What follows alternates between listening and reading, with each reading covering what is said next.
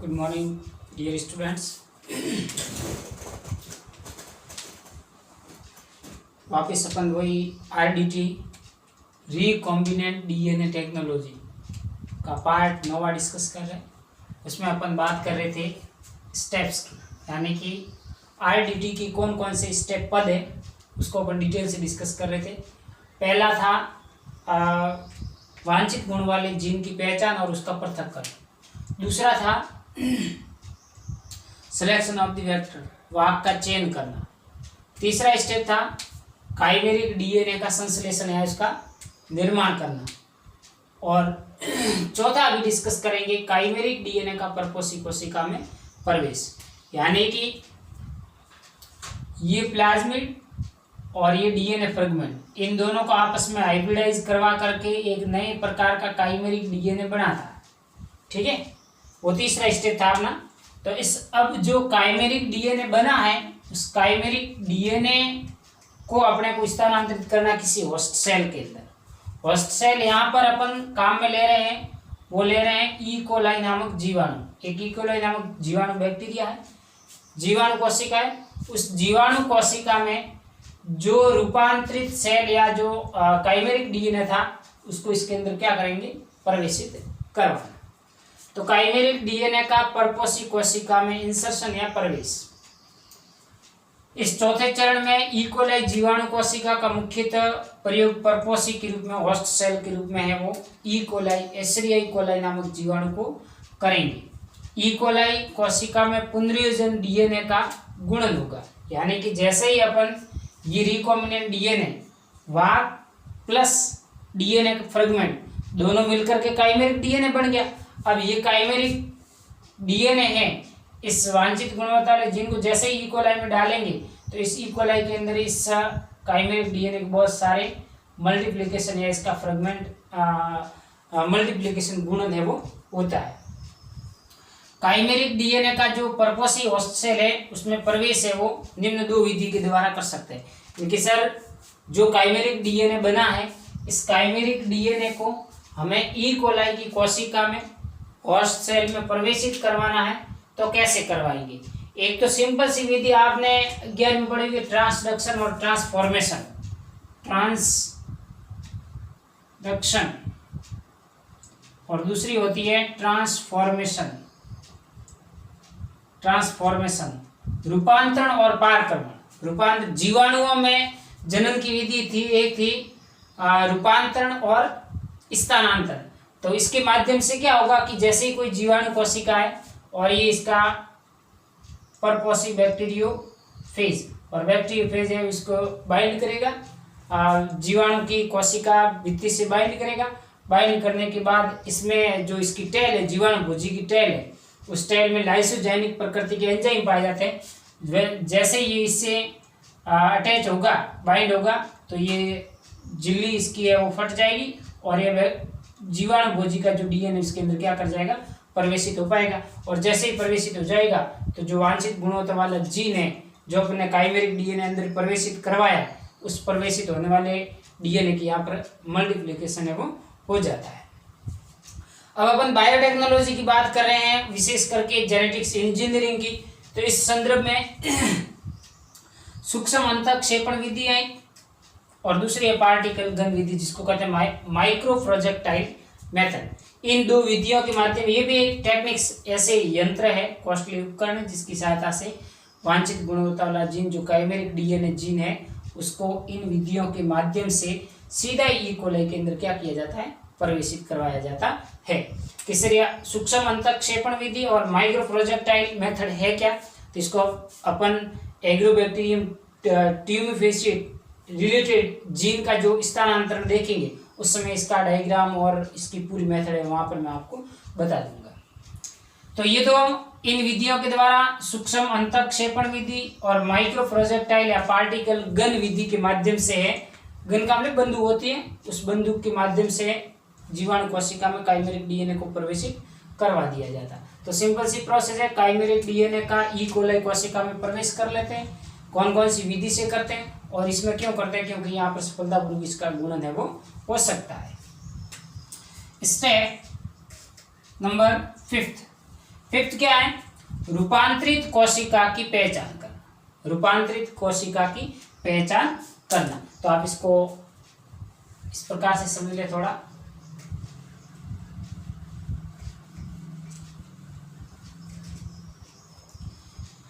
कि भाई ये अपनी ई कोलाई कोशिका थी, ई कोलाई जीवाणु था, ठीक है।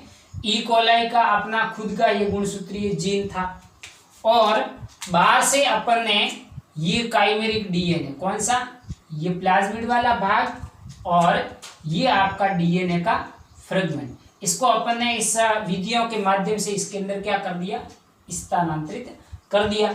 ये अब इसके अंदर स्थानांतरित हो गई ये, ठीक है। अब ये होस्ट सेल के अंदर आपका काइमेरिक डीएनए है वो प्रवेशित हो गया है। अब प्रवेशित हो गया है, और प्रवेशित होने के बाद यहाँ पर इसका क्या होगा, मल्टीप्लिकेशन। मल्टीप्लिकेशन का मतलब है कि जो डीएनए का ये जो फ्रेगमेंट है, अब इसके अंदर बहुत सारी कॉपियां हैं वो तैयार होगी।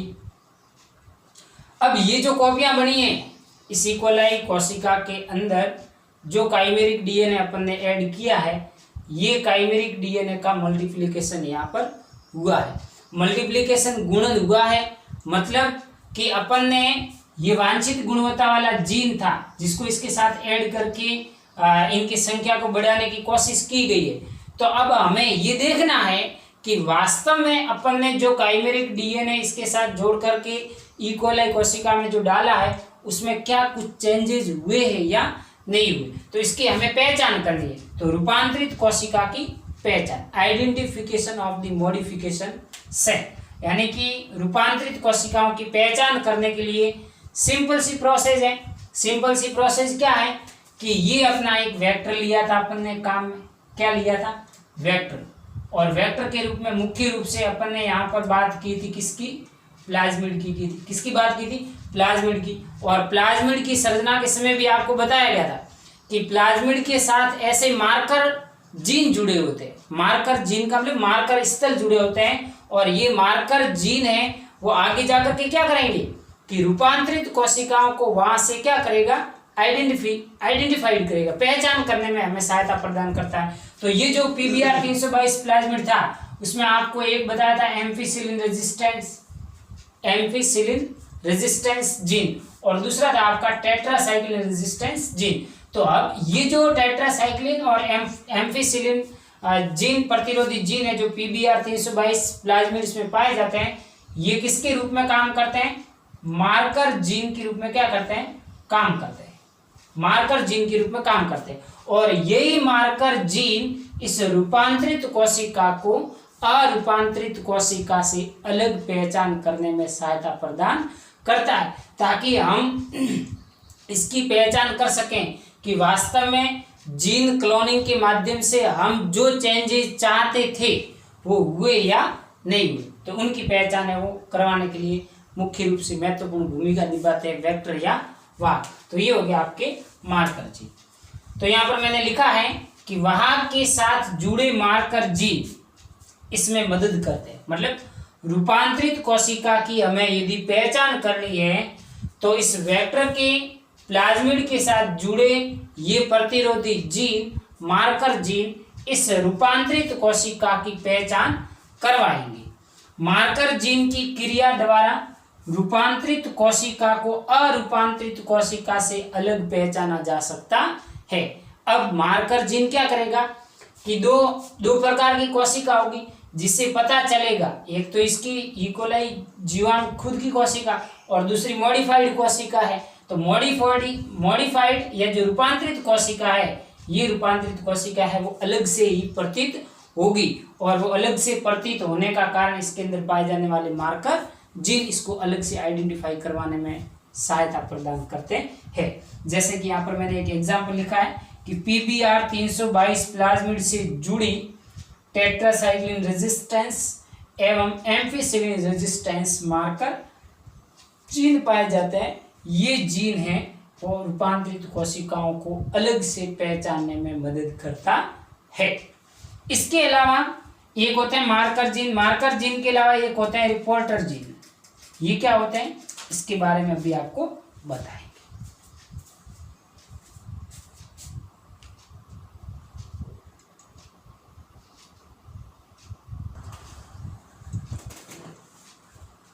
तो अपन बात कर रहे थे रूपांतरित कोशिकाओं की पहचान की, जिसमें दो जीन काम करते हैं। एक तो होते हैं मार्कर जीन, ठीक है, जो प्लाज्मिड या वाहक में मौजूद होते हैं, वो मैंने आपको बता दिए। एम्पिसिलिन और टेट्रासाइक्लिन जैसे जीन जो रूपांतरित कोशिकाओं से अलग से पहचान करने में मदद करते हैं। दूसरे होते हैं, सबसे इंपॉर्टेंट जीन होते हैं, वो होते हैं रिप्रोडक्टर जीन, जो मार्कर जीन से अलग होते हैं।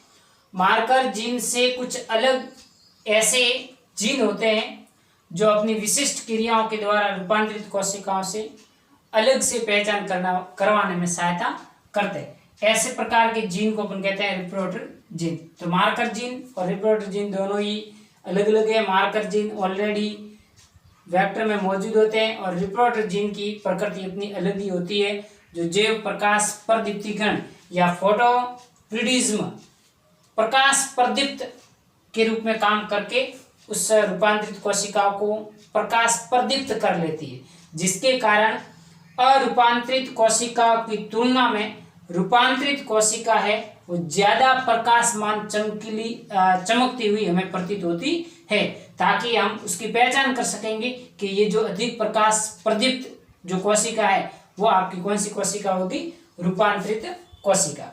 तो इस प्रकार से रिप्रोडक्टर जीन है वो एक जंतु है जुगनू।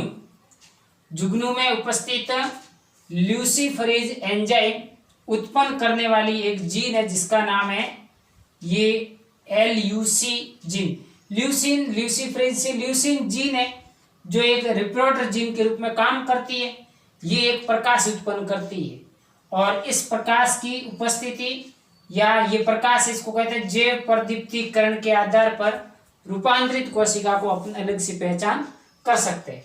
तो एक जुगनू जंतु है, इस जुगनू जंतु में ल्यूसीफरेज एंजाइम उत्पन्न करने वाली एक कोशिका होती है।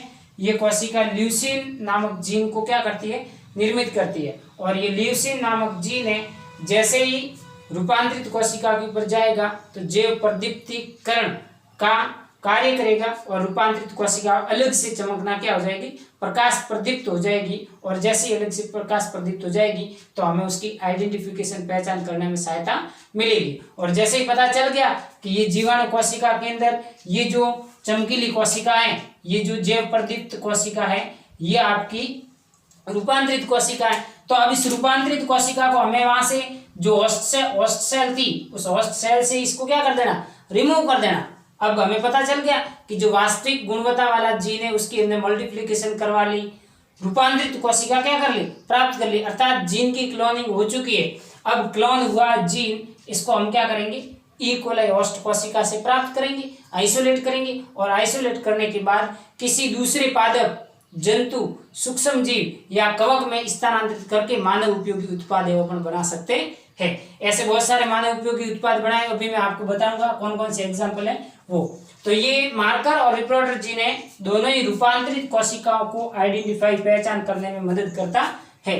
पूछा जाए मार्कर जीन क्या होते हैं, रिप्रोडक्टर जीन क्या होते हैं, दोनों में क्या अंतर है, तो रिप्रोडक्टर जीन तो एक विशिष्ट क्रियाओं के द्वारा रूपांतरित कोशिकाओं को पहचानते हैं, ये एग्जाम्पल नोट कर देना। और मार्कर जीन कि सर मार्कर जीन है वो वाहक वेक्टर के साथ जो प्रतिरोधी जीन होते हैं वहीं से प्राप्त किया जाता है और वही रूपांतरित कोशिकाओं को आइडेंटिफाई करवाने में महत्वपूर्ण भूमिका निभाता है। छठा स्टेप है वांछित जीन की अभिव्यक्ति। मतलब क्या हुआ भाई कि ई कोलाई के अंदर अपन ने जो गुण अच्छी गुणवत्ता वाला फ्रेगमेंट स्थानांतरित किया था ना, उसकी अब क्या हो गई है, क्लोनिंग होगी। क्लोनिंग का मतलब है बहुत सारी कॉपियां प्राप्त हो गई है। अब उस कॉपियां जो बनी है उस जीन को हमें क्या करना, आइसोलेट करना और आइसोलेट करके इसकी बायोटेक्नोलॉजी में इसका अप्लाइड करना। अप्लाइड का मतलब है अनुप्रयोग के रूप में काम में लेना, ताकि मानव उपयोगी उत्पाद तैयार किए जा सकते हैं। तो वांछित जीन की अभिव्यक्ति का सिंपल सा अर्थ होता है कि क्लोन जीन की ई कोलाई से प्राप्त कर उसे किसी सूक्ष्म जीव, बैक्टीरिया, कवक, पादप या जंतु में क्या किया जाएगा, प्रवेशित करवाना। और प्रवेशित करवा करके मानव उपयोगी उत्पाद तैयार करने की जो प्रक्रिया है उस प्रक्रिया को अपन कहते हैं वांछित जीन की अभिव्यक्ति करवाना। अभिव्यक्ति मतलब उस गुण को क्या करना, प्रदर्शित करना। और ऐसे ही एक एग्जाम्पल आपको मैं बताना चाहूँ तो वो है ई कोलाई से प्राप्त इंसुलिन उत्पाद, जो मधुमेह डायबिटीज की बीमारी को कम करने का क्या करते हैं, काम करते हैं। तो अब क्या होता है कि ई कोलाई से इंसुलिन को क्या कर लिया गया, आइसोलेट कर लिया गया, और आइसोलेट करने के बाद इसको कृत्रिम रूप से मानव के शरीर में इंसुलिन के इंजेक्शन दे दिए जाते हैं ताकि डायबिटीज, मधुमेह, शुगर के लेवल को ये नियंत्रित करने का हमारे शरीर में क्या कर लेगा, काम कर लेगा। तो अगेन ये इंसुलिन जो हमारे शरीर में मधुमेह, डायबिटीज से संबंधित रोग को इलाज में है वो महत्वपूर्ण भूमिका निभाता है। तो इस प्रकार से ऐसे बहुत सारे जीन होते हैं जिसके माध्यम से बीटी कॉटन है, गोल्डन राइस है, टोबैको प्लांट है, और ये इंसुलिन जैसे बहुत सारे उत्पाद तैयार किए जाते हैं। इस प्रकार से अब इसी टेक्निक्स के माध्यम से, मतलब अब ये जो आरडीटी टेक्नोलॉजी है, इस आरडीटी टेक्नोलॉजी एक आनुवंशिक रूपांतरण का हिस्सा है। तो अब सर इसका अप्लाइड बायोलॉजी के रूप में हम इसका उपयोग कैसे कर सकते हैं? तो अप्लाइड बायोलॉजी में क्या होगा कि वांछित किसी कोई जीव है, एक जीव है, उस ये इकोलाई था, इकोलाई के अंदर क्लोन जीन को लेकर के अपन ने किसी दूसरे जीव में इसको क्या कर दिया, स्थानांतरित कर दिया और नए प्रकार के उत्पाद तैयार कर लिया। तो वो हो जाएंगे आपके अप्लाइड बायोलॉजी के अंदर, और इसमें आ जाएंगे आपके ट्रांसजेनिक जंतु, ट्रांसजेनिक एनिमल और ट्रांसजेनिक प्लांट। ट्रांसजेनिक एनिमल जंतु और ट्रांसजेनिक प्लांट। और इसी प्रकार से इसी मेथड के माध्यम से जो डोली भेड़ हैं उनको क्या किया गया, विकसित किया गया। अब डोली भेड़ कैसे विकसित की गई वो ट्रांसजेनिक एनिमल के अंतर्गत अपन बताएंगे। अभी एक डायग्रामेटिक बताऊंगा, फिर रिकॉम्बिनेंट डीएनए टेक्नोलॉजी के पूरा एक समराइज डायग्राम करके आपको अभी बता देते हैं।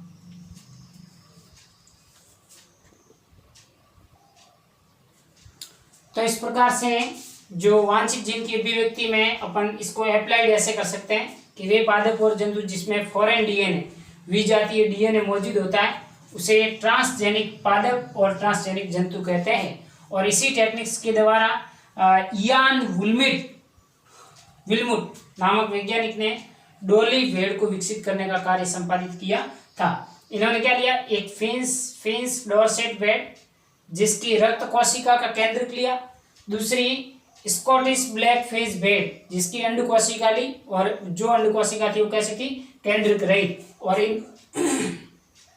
इन दोनों को आपस में संयुग्मन करवाया गया, और संयुग्मन के दौरान जो प्रथम क्लोन या फर्स्ट क्लोन प्राप्त हुआ वो इसकी थी डोली भेड़। तो इस प्रकार से ये ट्रांसजेनिक एनिमल या ट्रांसजेनिक जंतुओं को निर्मित करने में भी ये टेक्निक्स काम में आती है। तो इस प्रकार से फॉरेन जीन है वो कहाँ से प्राप्त करना, तो इस आरडीटी के स्टेप्स के माध्यम से अपन ये फॉरेन पार्टिकल को आइसोलेट कर सकते हैं और किसी जीव में ट्रांसफर करके एक नई कैरेक्टर, नए लक्षणों वाले जीव को निर्मित करना जिसमें वांछित क्लोनिंग वाला जीन मौजूद होता है, उसको कहता है रूपांतरित जीव या ट्रांसजेनिक पादप। ठीक उसी प्रकार से कुछ ऐसे पादप हैं जो ट्रांसजेनिक प्लांट के रूप में काम करते हैं। तंबाकू, हाई कंटेंट पत्तियों में, बीटी कॉटन जो पहले मैंने आपको बता दिया था कि इंसेक्ट रेजिस्टेंस स्पीसीज निर्मित कर ली, गोल्डन राइस जिसमें विटामिन ए रिच कंटेंट, मेज जो रिच कार्बोहाइड्रेट कंटेंट को निर्मित करने का क्या कर लेते हैं, कार्य कर लेते हैं। तो इस प्रकार से अप्लाइड बायोलॉजी के रूप में भी ये कार्यरत होती है।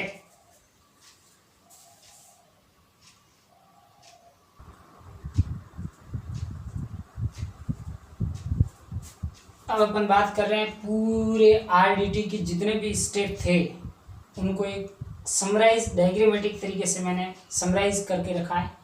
तो आप पहले जो थियोरेटिकल पोर्शन पढ़ा है उसी को समराइज करके भी बता रहा हूँ, पहले भी बताया था, पुनः एक बार बता देता हूँ। आप इसकी पूरे डायग्राम का स्क्रीनशॉट लेकर के समझ सकते हैं। तो यहाँ पर मैंने लिखे स्टेप पहला, स्टेप दूसरा, स्टेप तीसरा, स्टेप चौथा, स्टेप पांचवा और स्टेप छठा। इन 6 स्टेपों को यहाँ पर समराइज करने की कोशिश कर रहा हूँ। सबसे पहला स्टेप आपको याद आ रहा होगा वो था वांछित जीन की पहचान और उसका पृथक्करण। तो ये वांछित जीन का सिलेक्शन हो गया और उसकी पहचान करने के लिए एक एंजाइम काम करता था, उससे मैं आपको बताया था रेस्ट्रिक्शन एंडोन्यूक्लियस एंजाइम।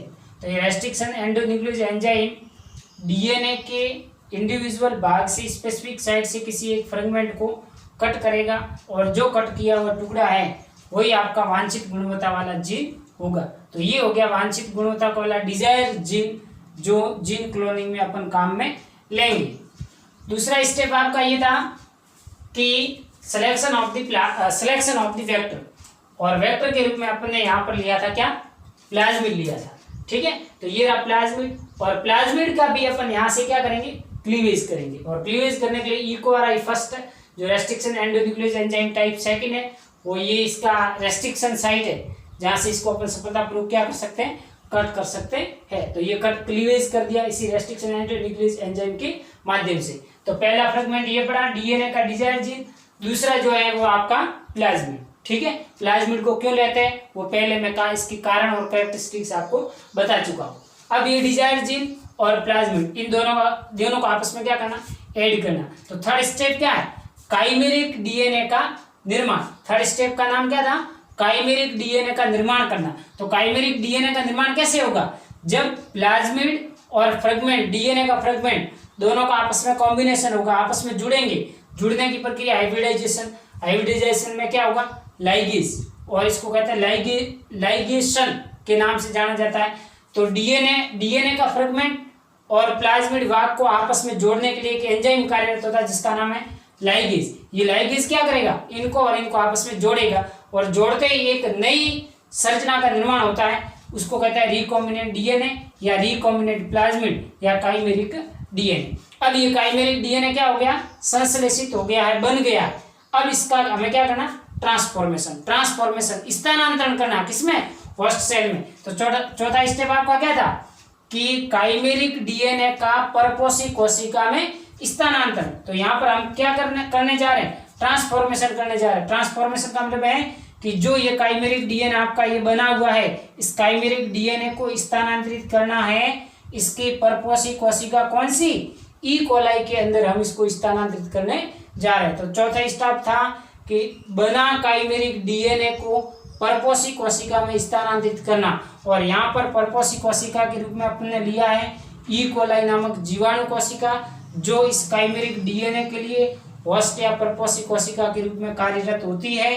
क्यों, क्योंकि यहीं पर इसका मल्टीप्लिकेशन है वो होता है। पांचवा स्टेप है कि अब ई कोलाई के अंदर देखो, ये जो काइमेरिक डीएनए इसको अपन ने ई कोलाई के अंदर क्या कर लिया, स्थानांतरित कर लिया। ये ई कोलाई का खुद का अपना क्या है, जीवाणु, ये गुणसूत्र है। इसके अतिरिक्त ये जो प्लाज्मिड के साथ जुड़ा काइमेरिक डीएनए, अब यहाँ पर इसकी क्या हो रही है, जीन की क्लोनिंग हो रही है, यानी कि रूपांतरित कोशिकाओं का निर्माण हो रहा है। Multiple copies of the same gene, यानी कि समान जीन की बहुत सारी कॉपियां यहाँ पर तैयार हो जाती है। अब हमें पांचवें स्टेप में जीन क्लोनिंग तो हो ही रही है, इसी के साथ साथ कि जीनों की क्लोनिंग, मल्टीपल गुणन हुआ या नहीं हुआ, रूपांतरित कोशिका बनी या नहीं बनी, इसकी पहचान करने के लिए मार्कर और रिपोर्टर जीन है वो काम करते हैं। तो मार्कर जीन प्लाज्मिड के साथ ऑलरेडी जुड़े हुए होते हैं, वो इनकी पहचान करवाने में हमें सहायता करते हैं। और कुछ है वो प्रकाश रिपोर्टर जीन है, वो प्रकाश जैव प्रदीप्तीकरण के कारण फ्लोरोसेंट देते, चमकते हैं, और चमकने के कारण हम सफलतापूर्वक इसका आइडेंटिफिकेशन कर पाते हैं कि हाँ वास्तव में जीन की क्लोनिंग हुई है और यही रूपांतरित कोशिका है। अब इस रूपांतरित कोशिका की जो जीन की क्लोनिंग हो चुके हैं, उस जीन की क्लोनिंग की हमें क्या करनी है, अभिव्यक्ति करनी है। अभिव्यक्ति का मतलब है कि अप्लाइड बायोलॉजी, हमारे दैनिक जीवन में जो बायोलॉजी का रोल होता है उसके अंदर हमें अप्लाई करना है। तो अप्लाई करने के लिए जीन की क्या करनी पड़ेगी, अभिव्यक्ति करनी। अभिव्यक्ति में क्या करना कि जो आपने फॉरेन पार्टिकल इस ई कोलाई के अंदर डाला है, उस ई कोलाई के अंदर से इसको लेकर के किसी दूसरे जीव में, कोई पादप हो सकता है, जंतु हो सकता है, सूक्ष्म जीव हो सकता है, या अन्य कोई कोशिका हो सकती है, उनके अंदर, उस ई कोलाई के अंदर जो जीन की क्लोनिंग हो रखी है, उन जीनों को वहां से हटाना, और हटा करके उस जीव के अंदर इसको क्या करना, स्थानांतरित करना, ताकि मानव उपयोगी उत्पाद है वो तैयार किए जा सके। और इनसे पहले मैंने आपको एग्जाम्पल बता दिए कि बहुत सारे ट्रांसजेनिक प्लांट निर्मित किए गए, ट्रांसजेनिक एनिमल विकसित किए गए, और ई कोलाई से प्राप्त इंसुलिन जैसे उत्पादों को भी यहाँ पर निर्मित करके इस एप्लाइड बायोलॉजी के रूप में इसका उपयोग किया जा सकता है। तो ये जो पूरे के पूरे 6 स्टेप थे आपके आरडीटी टेक्नोलॉजी के, इस आरडीटी टेक्नोलॉजी को अपन यहीं पर खत्म कर रहे हैं। आगे कल है वो जीनोमिक लाइब्रेरी के बारे में अध्ययन करेंगे। तो ये 6 स्टेप है, डायग्रामेटिक तरीके से मैंने आपको समझा दिया। इसका आप स्क्रीन शॉट लेकर के आप अपनी कॉपी में डायग्राम बना सकते हैं। थैंक यू, धन्यवाद। बिल्कुल।